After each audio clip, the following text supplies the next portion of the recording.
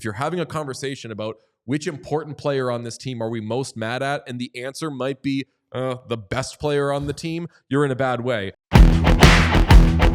Okay, last year the Oilers fell behind in 3 series. They fell behind the second round against the Canucks. They fell behind in the conference final against the Stars. And I believe, I'll have to double check, they may have fallen behind in the Stanley Cup final.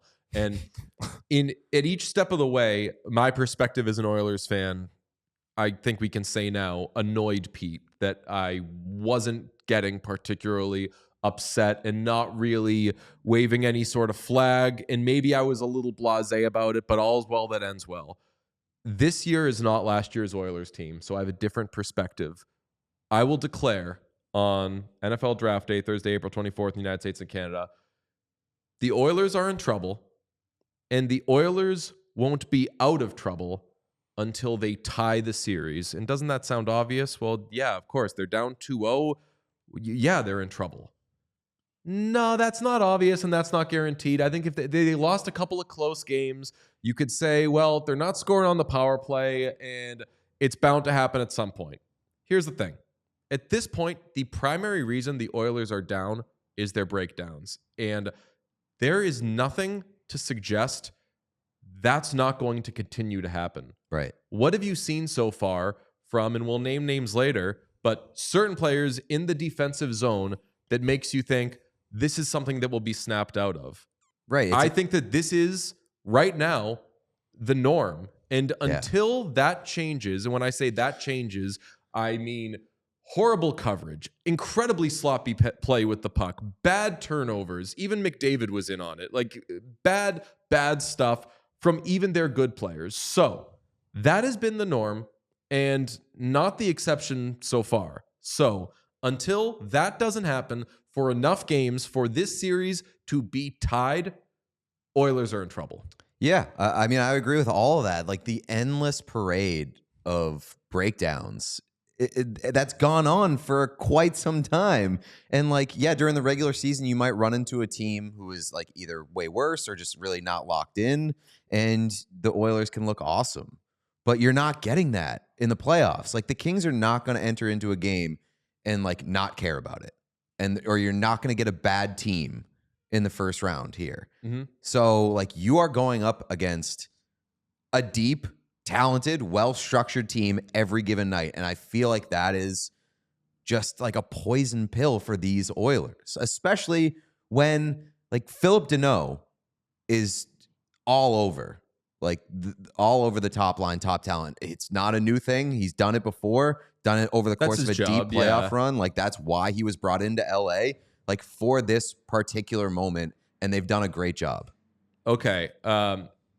Kings' first line, I think, has been the bigger thing for LA because they are just completely going off. Kempe has 7 points in 2 games because Menko and Kopitar each have 5 points. So that's fantastic for the Kings. Story of this series might, so far, though, be special teams. Kings are 5 for 10 on the power play and have killed off all 5 of their penalties. So good on them for that. That's the one thing that I will say. If you are an Oilers fan, you say, well, that's probably not super sustainable and that mark won't stay the whole way.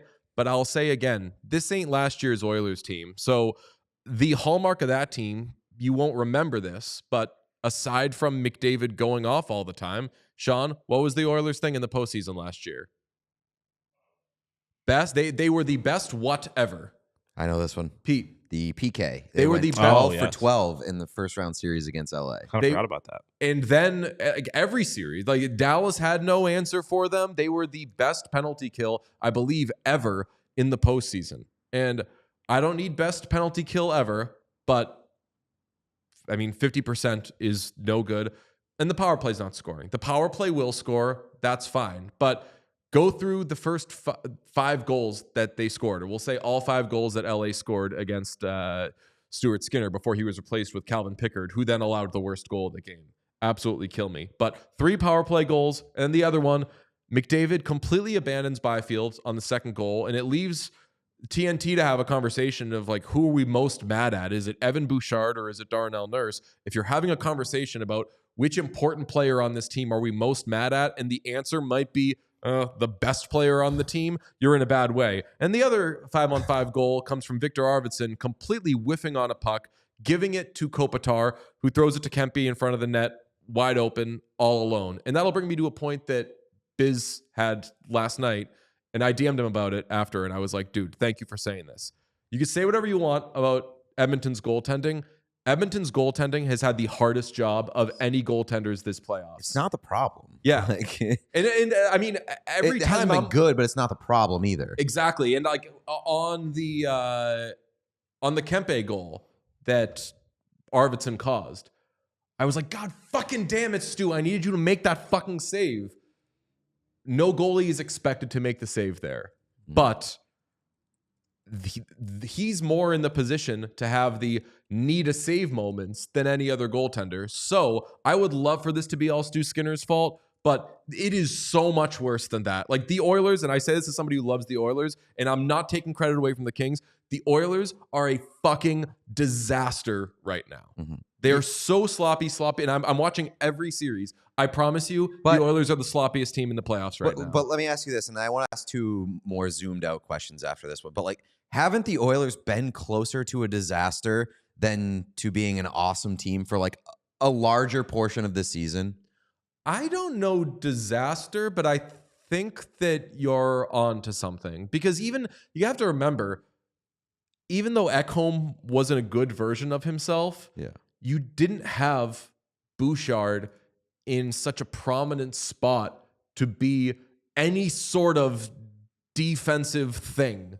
And now, like, he has to be the guy. And Wallman's been not quite a circus, but like Wallman hasn't been great this postseason either. I think if you're drawing a line down the middle and you've got good on one side and bad on the other side for the Oilers this entire season, I feel like they've spent more time in the bad sector than in the good sector. And so many people, like Oilers fans, I guess, have just held on to faith that once the playoffs started, once game one hit, they would magically move over to the good side and stay there the entire time. And that was where I wasn't so sure, especially going up against the Kings. My zoomed out questions were, number one, does it feel to you like this year more than years previous that like the Oilers are a two-man team? I mean, this series, absolutely. No, like this year. Like this year, we've talked about it so many times. The only stabilizing factor of the Oilers this entire season has been Leon Draisaitl. Yeah, no, I agree with you. And McDavid had a down year, but McDavid still was like the fifth best player in the league this season. So I mean, Draisaitl's better than he's ever been. Watch that thing with Elliott Friedman, pretty good.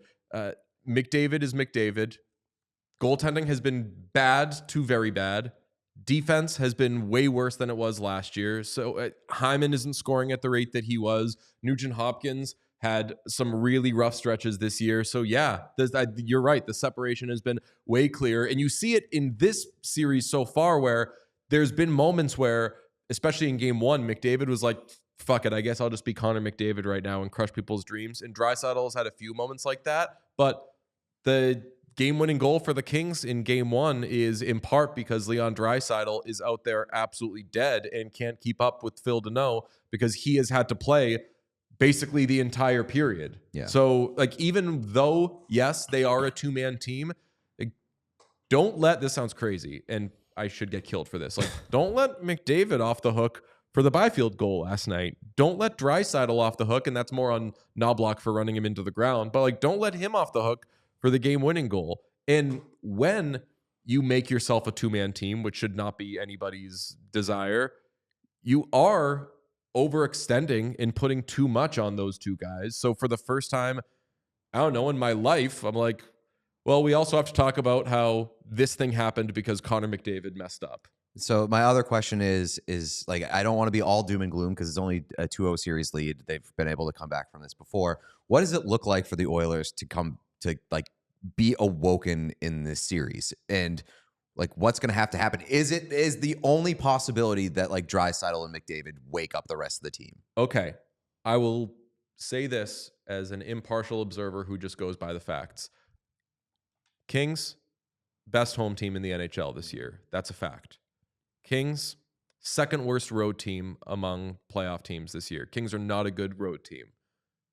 You could also add in the ghosts of this rivalry, but I don't really think the Kings should be feeling any ghosts right now. I think they should be like, we're finally fucking doing it. They should feel all the momentum in the world. And with hindsight, given that you then stomped them in game 2, Kings should feel good about the end of game 1. That like, yeah, we almost fucking squandered that, and that brought us together. We're galvanized. We got our harmonicas, all that stuff. So the positive, if you are an Oilers fan, is you're going home and the Kings suck on the road.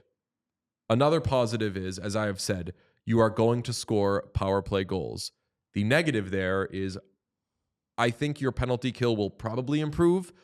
I don't know how much it will improve. You don't have Matthias Ekholm. You've got guys who kill penalties taking the penalties. So they're in a bad spot.